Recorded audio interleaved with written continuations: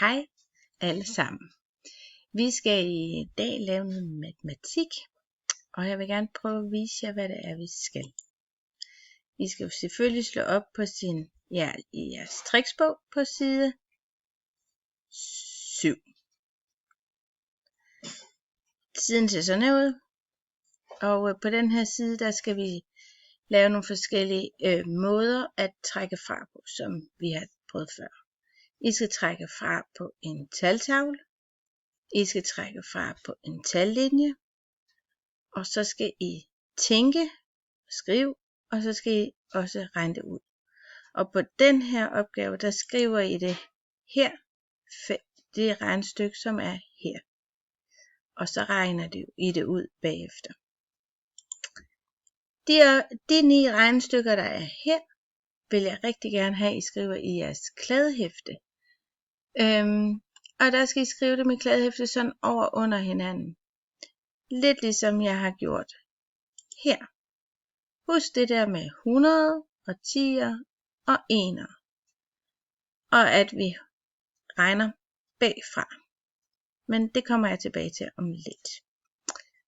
Så skal vi lave side 8 og side 9. Og de to hænger egentlig sammen. Heroppe der er der et billede af 4 skibe.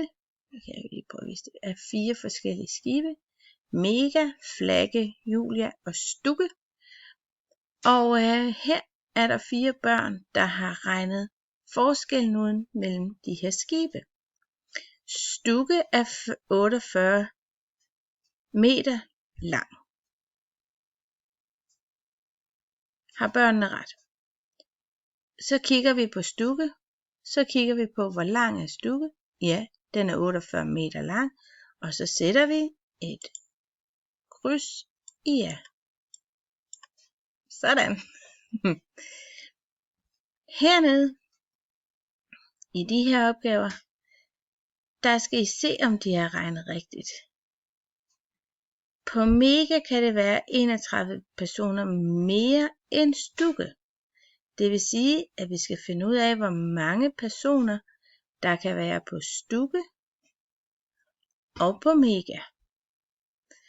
Vi skal altid skrive de største tal øverst.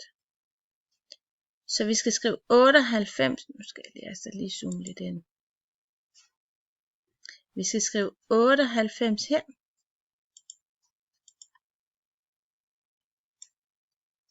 Og nu kommer min flotte tal igen. Kan I se det? Ej, hvor jeg har øvet mig i at skrive pænt. Sådan. 98. Og så skal vi skrive minus 67. Og så skal vi regne det ud. Så finder vi ud af, om hende pigen hun har rigtigt, eller hun har forkert. Samme gør vi her. Herover der skal I også finde nogle forskelle. I skal finde ud af, hvor mange meter der er i forskel på Mega og Julia. Og det gør I simpelthen ved at se, Julia er 27 meter. Skriver vi her.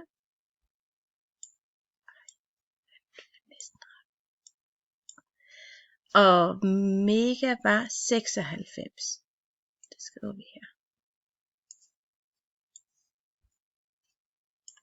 Og så er det bare at trække de der tal fra hinanden. Og nu kan I se, nu kommer vi hertil, hvor vi skal til at låne tingene. Låne af over ved den anden. Og der er det en god idé at tage jeres kladdehæfte og så skrive de forskellige 100. 10. Jeg skal altid starte med at skrive op i toppen. Så skal vi skrive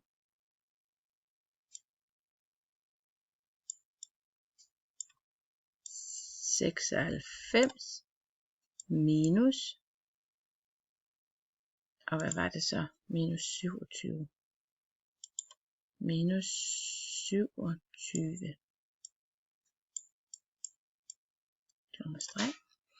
Og så er det, vi gerne vil låne en 10'er herfra. Og det gør vi simpelthen ved at sætte en streg over, Og så er det, I skal huske det der med, her i bogen, der skriver de et 10-tal ovenover, men vi sætter bare en lille 10'er foran, og så kan vi huske, at at vi har lagt 10'eren til.